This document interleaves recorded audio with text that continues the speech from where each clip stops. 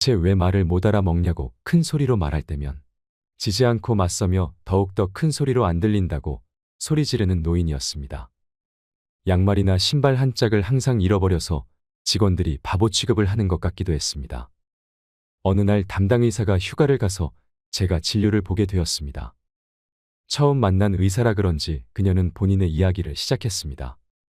부모, 형제, 자매와 화목한 가정에서 지내다가 20살에 결혼하고 25살에 애를 낳았다고 했습니다. 30대엔 애기들 키운다고 정신이 없었고 40대엔 애들을 독립시키고 남편과 함께 행복했다고 하더군요. 50대엔 갱년기로 인해 힘들었지만 손주들이 생겨서 다시 한번 삶의 의미를 찾았다고 했습니다. 하지만 60대부터는 안 좋은 일들의 연속이라고 하소연을 했습니다. 사랑하는 남편이 죽고 애들과도 사이가 멀어져 연락이 끊긴 상태라고 합니다. 그러면서 너무 외롭고 힘들다고 당신의 부모님을 떠올리면서 자기를 조금만 더 따뜻하게 봐달라고 했습니다.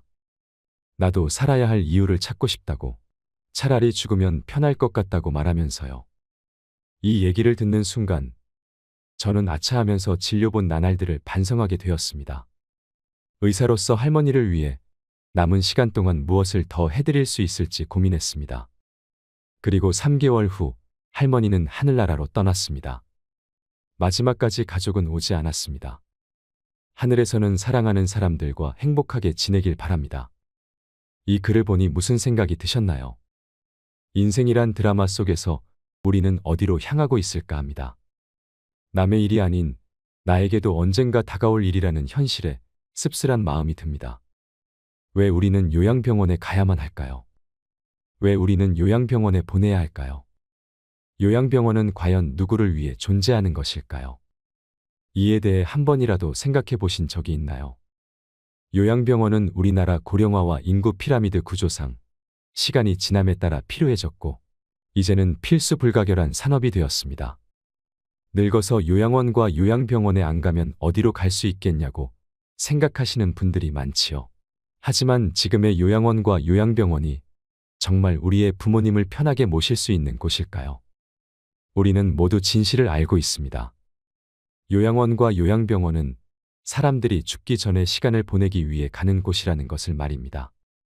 모두가 그런 것은 절대 아니겠지만 늙은 부모가 귀찮아서 돈이면 해결된다는 생각에 요양원과 요양병원으로 보내지는 노부모들이 많아지고 있습니다. 이때 부모님의 슬픈 얼굴을 자세히 들여다보는 자식들이 얼마나 될까요? 물론 현실적인 어려움 때문에 어쩔 수 없어서 애써 외면하고 모른 척하며 가슴이 무너지는 경우가 많을 것입니다. 눈을 마주치지 못하는 자식들 앞에서 부모님은 슬픔을 드러내지 않으려 애쓰고 굳어만 가는 얼굴에 미소를 지으려고 노력합니다. 죽음이 다가온다는 사실만 생각해도 무섭고 두려운데 최대한 티를 내지 않고 자신은 걱정하지 말고 잘 살아라는 부모님의 말씀 한마디에 자식들은 처음엔 마음이 무겁지만 이내 팍팍한 현실에 부딪혀 부모님에 대한 관심이 멀어지고 맙니다. 왜 이런 일들이 비일비재하게 일어날까요? 앞에서도 말씀드렸다시피 우리나라의 인구 고령화와 인구 피라미드 구조 때문입니다. 사람들이 결혼을 많이 하지 않으니 아이도 많이 낳지 않습니다. 또한 결혼을 하고도 아이를 낳지 않는 딩크족도 많이 생기고 있습니다. 결혼하지 않고 부모에게 의지하는 캥거루족도 많지요. 통계적으로 한 가정의 자녀가 1명 미만이라는 충격적인 조사 결과도 있습니다. 이에 반해 노인 인구는 빠르게 증가하고 있습니다. 그래서 지금의 30, 40대들이 20년 후 50대, 60대가 되면 70대, 80대 부모님을 부양해야 합니다. 노인이 노인을 부양해야 하는 그런 상황입니다. 1950년 혹은 그 이전에 태어난 부모님들은 아마 상상도 하기 힘들 정도로 정말 많은 고생을 하셨을 겁니다. 예전에는 이런 요양병원이 많지 않았습니다. 그래서 부모님이 아프면 자식들이 돌봐야 했습니다. 그렇게 몇십 년을 살다 보니 7, 80대가 되어 내 인생을 즐기지도 못하고 본인이 돌봄을 받아야 하는 상황이 오는 것입니다. 지금은 세상이 바뀌고 인식이 바뀌면서 굳이 힘들게 부양하지 않아도 된다고 생각을 하는 사람들도 많아졌습니다. 하지만 실제로 그렇게 하려고 하면 여러 가지 문제가 발생할 수 있기 때문에 쉬운 결정이 아니라는 것은 분명하지요. 그 중에서는 금전적인 문제도 있습니다. 요즘에 많이 보내는 요양병원은 간병비가 장기요양보험이 적용되지 않는다는 사실을 아시나요? 그래서 환자나 간병인이 100% 자비로 부담해야 하는 실정입니다. 예를 들어 6인실에 입원하는 경우 40만 원 정도 들어갑니다. 거기다가 입원 시 본인 부담금도 발생하는데요. 그 액수가 보통 60만 원 정도가 되는데 기저귀 비용 등을 더하면 최소 110만 원 정도는 잡아야 합니다. 쾌적하고 시설이 좋은 곳은 간병비를 80만 원까지도 받습니다. 병원마다 차등이 있지만 110만 원이 최소한의 금액이라는 것입니다. 적자보는 병원은 시설의 질을 높이려고 노력하지 않고 진료비를 높이는 데만 집중하고 있습니다. 그런 곳은 부모님을 보내놓고도 기분이 찜찜합니다. 시설 투자나 서비스 질에 대해서는 방치하고 환자 유치에만 심혈을 기울이는 곳에 입원해 있으면 좋은 게 별로 없습니다. 그래서 가격이 합리적이면서 친절하고 좋은 요양병원을 찾기란 하늘의 별 따기라는 것입니다. 그렇다고 해서 요양원에 보내는 건 더 좋지 않습니다. 가장 큰 문제는 상주하는 의사가 없다는 것입니다. 실제로도 요양원에 입소한 어르신들 중에서는 큰 문제가 있음에도 불구하고 제때 치료를 받지 못하는 경우도 많이 있습니다. 그래서 사회적 문제가 되기도 합니다. 국비 지원이 된다고는 하지만 양질의 서비스를 기대하기는 어렵습니다. 현재 요양원은 인력이 부족하여 혼자서 20명이나 30명을 돌보는 경우가 있다고 합니다. 혼자서 그 많은 환자들을 돌보려니 직원들도 힘이 들겠지요. 상대적으로 지원이 많은 국공립 요양시설은 들어가기도 정말 어렵습니다. 지금 당장 들어가고 싶어도 4년을 기다려야 하는 곳도 있습니다. 요즘은 노인분들이 이런 얘기를 뉴스나 신문으로 많이 접하면서 요양시설에 들어간다는 것 자체를 내가 죽으러 가는구나라고 생각하게 되는데요. 인생의 끝자락에서 모든 것과 이별하면서 자식에게까지 버림받는 느낌을 받는 분들이 많은 것은 이러한 이유 때문입니다. 물론 각자의 사정이 있고 감당하기 힘들기 때문에 시설에 보내는 것은 어쩔 수 없습니다. 하지만 우리는 생각해 봐야 합니다. 아무리 좋은 호텔에 가더라도 집만한 곳은 없습니다. 아무리 돈이 많아서 고급스러운 요양시설에 들어가도 며칠만 있으면 집에 오고 싶을 겁니다. 익숙한 환경에서 가족들과 함께 지내다가 평안한 죽음을 맞이하는 것을 누구나 바랄 것입니다. 이 모든 것이 거부할 수 없는 시대의 흐름이라면 막연하게 걱정만 하기보다는 스스로 원하는 죽음을 준비하고 노년을 보낼 준비를 해야 하지 않을까요? 요양병원과 요양원에 가지 않고 건강한 노후를 보내고 싶다면 3가지를 기억하시기 바랍니다. 첫 번째는 신체적 독립을 하셔야 합니다. 요양원에 가지 않고 다른 사람에게 의존하지 않으려면 육체적으로 독립하는 것이 필요합니다. 건강 수명을 늘리려면 기본적인 체력을 유지하는 것이 매우 중요합니다. 그래서 이를 위해서는 근력 운동은 필수입니다. 나이가 들어감에 따라 걷고 싶어도 걸을 수 없습니다. 누우면 죽고 서면 산다는 말이 있습니다. 최대한 눕지 말고 일어나서 살아야 합니다.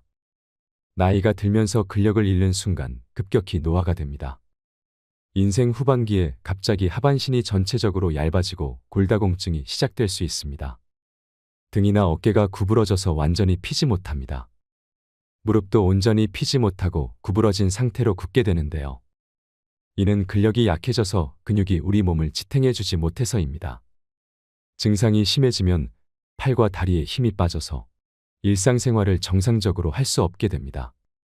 노후에 다른 사람에게 의존하지 않고 독립적인 삶을 살려면 근력을 유지하는 것이 그 무엇보다도 중요하다고 할 수 있습니다. 덤벨을 들고 발 뒤꿈치를 올렸다 내리거나 다리를 어깨 너비로 벌리고 서서 스쿼트를 하셔도 좋고 누워서 윗몸 일으키기를 해도 도움이 됩니다. 지금 당장 실천해 보세요. 유산소 운동을 하는 것도 중요합니다. 밖에 나가셔서 걷기와 줄넘기, 수영 및 자전거 타기 등을 해보세요. 몸에 무리가 가지 않는 선에서 나에게 맞는 유산소 운동을 찾아서 꾸준히 해보시길 바랍니다. 굳이 운동 중에 하나를 선택해야 한다면 걷기를 추천합니다. 왜냐하면 걷기는 언제 어디서나 무리 없이 누구나 할 수 있는 운동이기 때문입니다. 그리고 또 중요한 것은 균형을 잡는 운동입니다. 어르신들이 특히 조심해야 하는 것은 낙상사고입니다. 노인분들 중에서는 낙상 사고가 흔히 일어납니다. 낙상으로 사망하기까지 하고 신체적인 부상으로 인해 정신적인 문제로 이어지기도 합니다. 많은 전문가들이 낙상 사고를 막기 위해서는 균형감을 키우고 운동의 중요성을 강조하고 있습니다. 가장 간단하고 확실한 운동 중 하나는 한 발로 서기입니다. 한 발로 서는 것은 균형 감각을 향상시키는 좋은 방법 중에 하나입니다. 넘어지지 않게 옆에 손잡이를 두고 어디서든 혼자서 간편하게 할 수 있습니다. 두 번째는 정신적 독립을 해야 합니다. 나이가 들어감에 따라 정신적으로 독립하는 것이 참 중요합니다. 무엇보다 가장 중요한 것은 치매에 걸리지 않고 우울증에 걸리지 않는 것입니다. 우선 우리가 치매에 걸리지 않으려면 어떻게 해야 할까요? 아직까지 치매에 대한 치료약은 개발되지 않았습니다. 지금까지 개발된 치매약은 병의 악화를 지연시킬 수 있을 뿐입니다. 따라서 치매를 예방하기 위해서는 생활 습관을 바꾸고 식습관을 건강하게 가져가야 합니다. 쉽게 할 수 있는 생활 습관으로는 음식을 꼭꼭 씹어 먹는 것입니다. 음식을 씹으면 그것만으로도 내려가는 혈류량을 증가시켜 뇌를 활성화시킵니다. 껌을 자주 씹는 것도 도움이 될 수 있습니다. 그리고 메모를 하거나 일기를 쓰는 습관도 길러보세요. 치매 환자는 한 가지 특징이 있습니다. 치매 초기에는 장기 기억은 기억할 수 있어도 단기 기억을 회상하는 데는 어려움을 겪습니다. 그 이유로는 단기 기억을 담당하는 뇌기관인 해마가 손상되었기 때문입니다. 이것을 예방하려면 매일 일기를 쓰는 것이 좋습니다. 일기를 쓰면 해마를 자극하고 해마가 퇴화되는 것을 방지할 수 있고 심지어 그 기능을 향상시킵니다. 그리고 새로운 것을 시도하고 머리를 많이 쓰는 생활 습관을 들이세요. 뇌는 지속적인 자극을 원합니다. 그 중에서도 가장 좋아하는 자극은 새로운 자극입니다. 내가 새로움에 흥분할 수 있는 자극을 많이 시도하고 경험해 보시길 바랍니다. 또한 할 수 있는 데까지 사회활동에 적극적으로 참여하세요. 젊었을 때처럼 여러 사람들과 자주 만나 어울리는 것이 치매 예방에 정말 큰 도움이 됩니다. 사람들을 만나고 이런저런 대화를 하고 다양한 사회 활동을 함께하면 뇌가 자극됩니다. 집에 혼자 있는 것은 치매로 가는 지름길입니다. 그리고 항상 웃고 즐겁게 지내세요. 웃음은 뇌를 늙지 않고 젊게 유지하는 데 도움을 준다고 합니다. 왜 그럴까요? 웃음은 우뇌와 좌뇌를 모두 자극하기 때문입니다. 웃음이 할 수 있는 일은 정말 놀랍습니다. 우리가 기분이 좋을 때 뇌로 가는 혈류가 더 활발해져서 의욕이 생기고 몸에도 활력을 불어넣어 줍니다. 하지만 우리 뇌는 진짜 웃음과 가짜 웃음을 구분할 수 없습니다. 따라서 억지로라도 웃으면 진짜 웃음에 효과가 있다고 합니다. 그러니 오늘부터 가능한 한 많이 웃으시길 바랍니다. 다음으로는 우울증에 대해 이야기하겠습니다. 정신적 독립을 방해하는 것 중 하나가 우울증입니다. 우울증은 치매의 원인이 될 수 있으며 치매 환자에게 우울 증상이 종종 나타나게 되는데요. 이러한 이유로 노인성 우울증과 치매는 구별하기 어렵습니다. 일반적으로 우울증은 치매를 촉진할 수 있기 때문에 가능한 한 빨리 치료해야 합니다. 우울증을 예방하려면 비관적이기보다는 긍정적이고 낙관적인 사고방식을 가져야 합니다. 일어나지 않은 일에 대해 걱정하지 말고 과거를 후회하지 마세요. 내게 주어진 현재를 충분히 즐기며 살아가세요. 세 번째는 경제적 독립을 해야 합니다. 우리는 지금껏 경험하지 못한 100세 시대에 살고 있습니다. 따라서 노후의 경제적 자립을 위한 준비를 빠르게 시작해야 합니다. 정년 후에도 제2의 직업이 필요한 시대입니다. 그래서 할 수만 있다면 일을 계속하는 것도 좋습니다. 일을 할 수 있다면 일을 그만두지 마세요. 일을 그만두어도 자신을 계속 발전시키고 새로운 것을 피하지 말고 무엇이든 할 수 있다는 마음가짐으로 배워보세요. 이걸 배워서 뭐해라고 생각하지 마시길 바랍니다. 이런 습관과 정신력이 쌓여서 다른 사람에게 의존하지 않는 강인함을 가지게 되는 것입니다. 그래야 노후에도 경제적으로 독립하여 건강하고 행복한 노후 생활을 할 수 있게 됩니다. 아시겠지만 가족에게 큰 병이 생기면 웃을 일이 참 없습니다. 모두가 고통스러워하고 삶 자체가 힘들어지게 됩니다.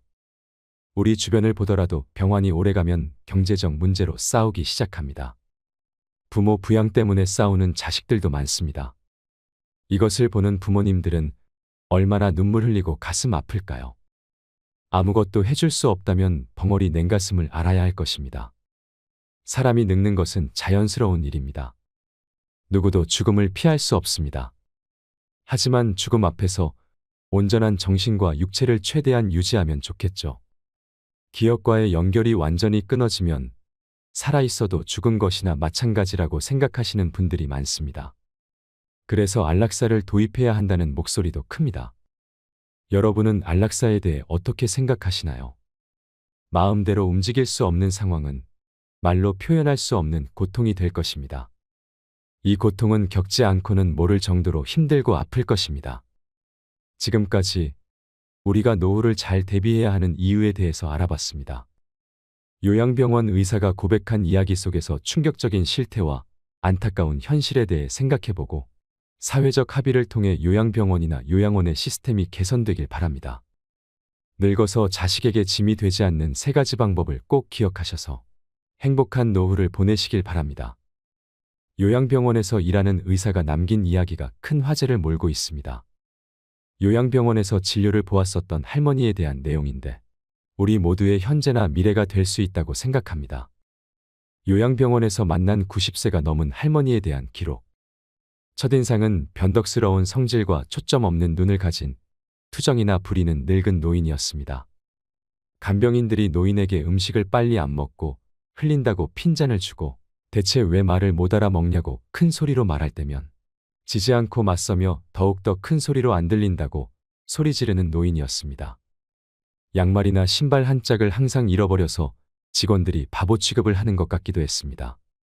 어느 날 담당 의사가 휴가를 가서 제가 진료를 보게 되었습니다. 처음 만난 의사라 그런지 그녀는 본인의 이야기를 시작했습니다. 부모, 형제, 자매와 화목한 가정에서 지내다가 20살에 결혼하고 25살에 애를 낳았다고 했습니다. 30대엔 애기들 키운다고 정신이 없었고 40대엔 애들을 독립시키고 남편과 함께 행복했다고 하더군요. 50대엔 갱년기로 인해 힘들었지만 손주들이 생겨서 다시 한번 삶의 의미를 찾았다고 했습니다. 하지만 60대부터는 안 좋은 일들의 연속이라고 하소연을 했습니다. 사랑하는 남편이 죽고 애들과도 사이가 멀어져 연락이 끊긴 상태라고 합니다. 그러면서 너무 외롭고 힘들다고 당신의 부모님을 떠올리면서 자기를 조금만 더 따뜻하게 봐달라고 했습니다. 나도 살아야 할 이유를 찾고 싶다고, 차라리 죽으면 편할 것 같다고 말하면서요. 이 얘기를 듣는 순간 저는 아차하면서 진료본 나날들을 반성하게 되었습니다. 의사로서 할머니를 위해 남은 시간 동안 무엇을 더 해드릴 수 있을지 고민했습니다. 그리고 3개월 후 할머니는 하늘나라로 떠났습니다. 마지막까지 가족은 오지 않았습니다. 하늘에서는 사랑하는 사람들과 행복하게 지내길 바랍니다. 이 글을 보니 무슨 생각이 드셨나요? 인생이란 드라마 속에서 우리는 어디로 향하고 있을까 합니다. 남의 일이 아닌 나에게도 언젠가 다가올 일이라는 현실에 씁쓸한 마음이 듭니다. 왜 우리는 요양병원에 가야만 할까요? 왜 우리는 요양병원에 보내야 할까요? 요양병원은 과연 누구를 위해 존재하는 것일까요? 이에 대해 한 번이라도 생각해 보신 적이 있나요? 요양병원은 우리나라 고령화와 인구 피라미드 구조상 시간이 지남에 따라 필요해졌고 이제는 필수 불가결한 산업이 되었습니다. 늙어서 요양원과 요양병원에 안 가면 어디로 갈 수 있겠냐고 생각하시는 분들이 많지요. 하지만 지금의 요양원과 요양병원이 정말 우리의 부모님을 편하게 모실 수 있는 곳일까요? 우리는 모두 진실을 알고 있습니다. 요양원과 요양병원은 사람들이 죽기 전에 시간을 보내기 위해 가는 곳이라는 것을 말입니다. 모두가 그런 것은 절대 아니겠지만 늙은 부모가 귀찮아서 돈이면 해결된다는 생각에 요양원과 요양병원으로 보내지는 노부모들이 많아지고 있습니다. 이때 부모님의 슬픈 얼굴을 자세히 들여다보는 자식들이 얼마나 될까요? 물론 현실적인 어려움 때문에 어쩔 수 없어서 애써 외면하고 모른 척하며 가슴이 무너지는 경우가 많을 것입니다. 눈을 마주치지 못하는 자식들 앞에서 부모님은 슬픔을 드러내지 않으려 애쓰고 굳어만 가는 얼굴에 미소를 지으려고 노력합니다. 죽음이 다가온다는 사실만 생각해도 무섭고 두려운데 최대한 티를 내지 않고 자신은 걱정하지 말고 잘 살아라는 부모님의 말씀 한마디에 자식들은 처음엔 마음이 무겁지만 이내 팍팍한 현실에 부딪혀 부모님에 대한 관심이 멀어지고 맙니다. 왜 이런 일들이 비일비재하게 일어날까요? 앞에서도 말씀드렸다시피 우리나라의 인구 고령화와 인구 피라미드 구조 때문입니다. 사람들이 결혼을 많이 하지 않으니 아이도 많이 낳지 않습니다. 또한 결혼을 하고도 아이를 낳지 않는 딩크족도 많이 생기고 있습니다. 결혼하지 않고 부모에게 의지하는 캥거루족도 많지요. 통계적으로 한 가정의 자녀가 1명 미만이라는 충격적인 조사 결과도 있습니다. 이에 반해 노인 인구는 빠르게 증가하고 있습니다. 그래서 지금의 30, 40대들이 20년 후 50대, 60대가 되면 70대, 80대 부모님을 부양해야 합니다. 노인이 노인을 부양해야 하는 그런 상황입니다. 1950년 혹은 그 이전에 태어난 부모님들은 아마 상상도 하기 힘들 정도로 정말 많은 고생을 하셨을 겁니다. 예전에는 이런 요양병원이 많지 않았습니다. 그래서 부모님이 아프면 자식들이 돌봐야 했습니다. 그렇게 몇십 년을 살다 보니 7, 80대가 되어 내 인생을 즐기지도 못하고 본인이 돌봄을 받아야 하는 상황이 오는 것입니다. 지금은 세상이 바뀌고 인식이 바뀌면서 굳이 힘들게 부양하지 않아도 된다고 생각을 하는 사람들도 많아졌습니다. 하지만 실제로 그렇게 하려고 하면 여러 가지 문제가 발생할 수 있기 때문에 쉬운 결정이 아니라는 것은 분명하지요. 그 중에서는 금전적인 문제도 있습니다. 요즘에 많이 보내는 요양병원은 간병비가 장기요양보험이 적용되지 않는다는 사실을 아시나요? 그래서 환자나 간병인이 100% 자비로 부담해야 하는 실정입니다. 예를 들어 6인실에 입원하는 경우 40만 원 정도 들어갑니다. 거기다가 입원 시 본인 부담금도 발생하는데요. 그 액수가 보통 60만 원 정도가 되는데 기저귀 비용 등을 더하면 최소 110만 원 정도는 잡아야 합니다. 쾌적하고 시설이 좋은 곳은 간병비를 80만 원까지도 받습니다. 병원마다 차등이 있지만 110만 원이 최소한의 금액이라는 것입니다. 적자 보는 병원은 시설의 질을 높이려고 노력하지 않고 진료비를 높이는 데만 집중하고 있습니다. 그런 곳은 부모님을 보내놓고도 기분이 찜찜합니다. 시설 투자나 서비스 질에 대해서는 방치하고 환자 유치에만 심혈을 기울이는 곳에 입원해 있으면 좋은 게 별로 없습니다. 그래서 가격이 합리적이면서 친절하고 좋은 요양병원을 찾기란 하늘의 별 따기라는 것입니다. 그렇다고 해서 요양원에 보내는 건 더 좋지 않습니다. 가장 큰 문제는 상주하는 의사가 없다는 것입니다. 실제로도 요양원에 입소한 어르신들 중에서는 큰 문제가 있음에도 불구하고 제때 치료를 받지 못하는 경우도 많이 있습니다. 그래서 사회적 문제가 되기도 합니다. 국비 지원이 된다고는 하지만 양질의 서비스를 기대하기는 어렵습니다. 현재 요양원은 인력이 부족하여 혼자서 20명이나 30명을 돌보는 경우가 있다고 합니다. 혼자서 그 많은 환자들을 돌보려니 직원들도 힘이 들겠지요. 상대적으로 지원이 많은 국공립 요양시설은 들어가기도 정말 어렵습니다. 지금 당장 들어가고 싶어도 4년을 기다려야 하는 곳도 있습니다. 요즘은 노인분들이 이런 얘기를 뉴스나 신문으로 많이 접하면서 요양시설에 들어간다는 것 자체를 내가 죽으러 가는구나라고 생각하게 되는데요. 인생의 끝자락에서 모든 것과 이별하면서 자식에게까지 버림받는 느낌을 받는 분들이 많은 것은 이러한 이유 때문입니다. 물론 각자의 사정이 있고 감당하기 힘들기 때문에 시설에 보내는 것은 어쩔 수 없습니다. 하지만 우리는 생각해 봐야 합니다. 아무리 좋은 호텔에 가더라도 집만한 곳은 없습니다. 아무리 돈이 많아서 고급스러운 요양시설에 들어가도 며칠만 있으면 집에 오고 싶을 겁니다. 익숙한 환경에서 가족들과 함께 지내다가 평안한 죽음을 맞이하는 것을 누구나 바랄 것입니다. 이 모든 것이 거부할 수 없는 시대의 흐름이라면 막연하게 걱정만 하기보다는 스스로 원하는 죽음을 준비하고 노년을 보낼 준비를 해야 하지 않을까요? 요양병원과 요양원에 가지 않고 건강한 노후를 보내고 싶다면 3가지를 기억하시기 바랍니다. 첫 번째는 신체적 독립을 하셔야 합니다. 요양원에 가지 않고 다른 사람에게 의존하지 않으려면 육체적으로 독립하는 것이 필요합니다. 건강 수명을 늘리려면 기본적인 체력을 유지하는 것이 매우 중요합니다.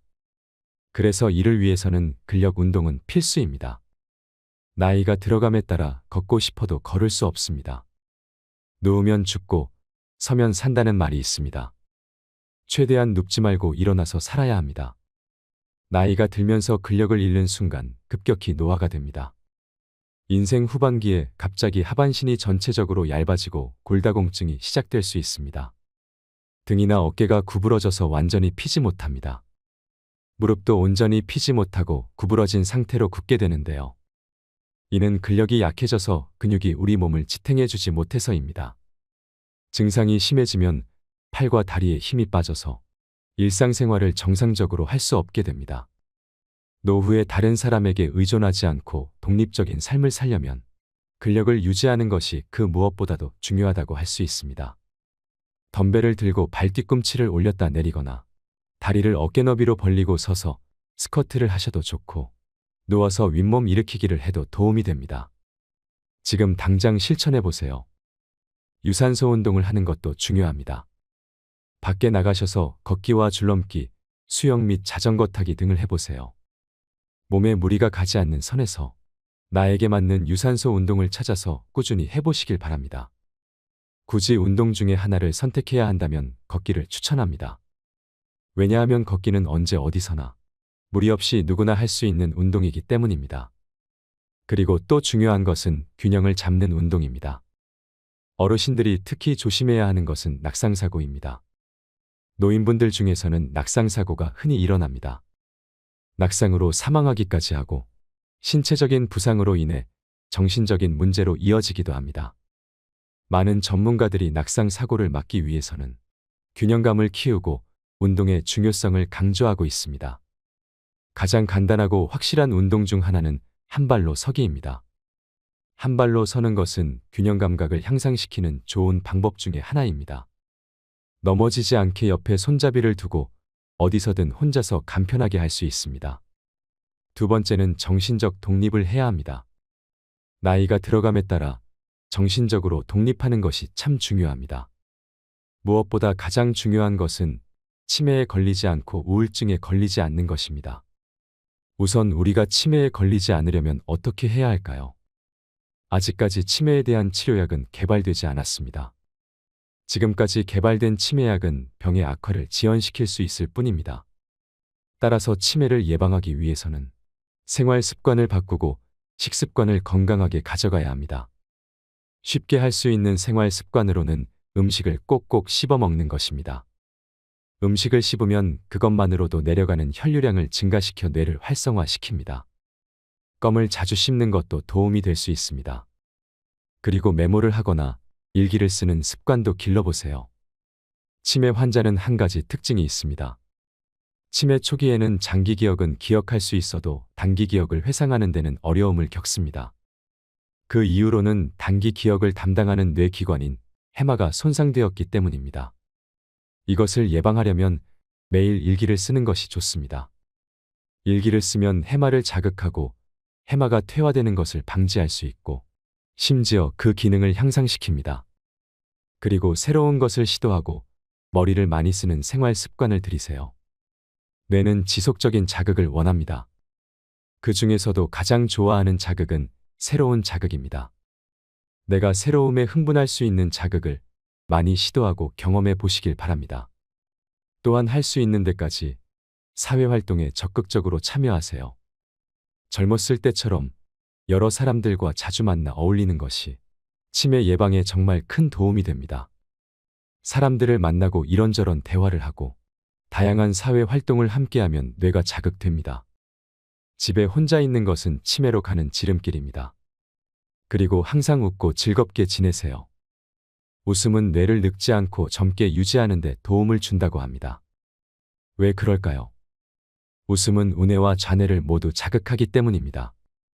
웃음이 할 수 있는 일은 정말 놀랍습니다. 우리가 기분이 좋을 때 뇌로 가는 혈류가 더 활발해져서 의욕이 생기고 몸에도 활력을 불어넣어 줍니다. 하지만 우리 뇌는 진짜 웃음과 가짜 웃음을 구분할 수 없습니다.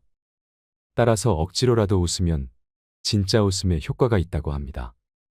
그러니 오늘부터 가능한 한 많이 웃으시길 바랍니다. 다음으로는 우울증에 대해 이야기하겠습니다. 정신적 독립을 방해하는 것 중 하나가 우울증입니다. 우울증은 치매의 원인이 될 수 있으며 치매 환자에게 우울 증상이 종종 나타나게 되는데요. 이러한 이유로 노인성 우울증과 치매는 구별하기 어렵습니다. 일반적으로 우울증은 치매를 촉진할 수 있기 때문에 가능한 한 빨리 치료해야 합니다. 우울증을 예방하려면 비관적이기보다는 긍정적이고 낙관적인 사고방식을 가져야 합니다.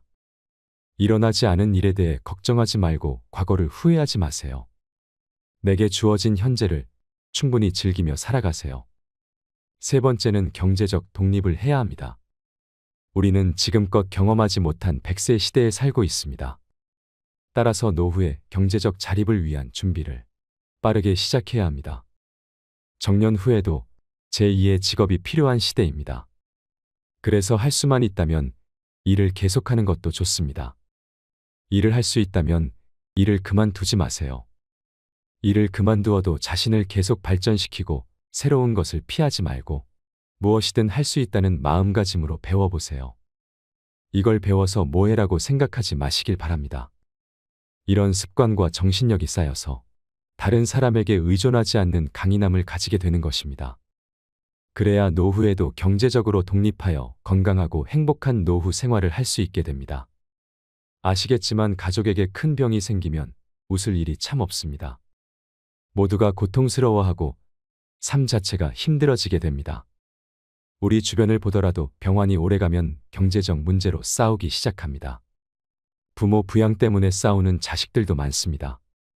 이것을 보는 부모님들은 얼마나 눈물 흘리고 가슴 아플까요? 아무것도 해줄 수 없다면 벙어리 냉가슴을 알아야 할 것입니다. 사람이 늙는 것은 자연스러운 일입니다. 누구도 죽음을 피할 수 없습니다. 하지만 죽음 앞에서 온전한 정신과 육체를 최대한 유지하면 좋겠죠. 기억과의 연결이 완전히 끊어지면 살아있어도 죽은 것이나 마찬가지라고 생각하시는 분들이 많습니다. 그래서 안락사를 도입해야 한다는 목소리도 큽니다. 여러분은 안락사에 대해 어떻게 생각하시나요? 마음대로 움직일 수 없는 상황은 말로 표현할 수 없는 고통이 될 것입니다. 이 고통은 겪지 않고는 모를 정도로 힘들고 아플 것입니다. 지금까지 우리가 노후를 잘 대비해야 하는 이유에 대해서 알아봤습니다. 요양병원 의사가 고백한 이야기 속에서 충격적인 실태와 안타까운 현실에 대해 생각해보고 사회적 합의를 통해 요양병원이나 요양원의 시스템이 개선되길 바랍니다. 늙어서 자식에게 짐이 되지 않는 세 가지 방법을 꼭 기억하셔서 행복한 노후를 보내시길 바랍니다. 이상으로 책틀맨이었습니다. 지혜를 쌓는 당신의 오늘이 아름답습니다. 더 좋은 영상으로 찾아뵙겠습니다.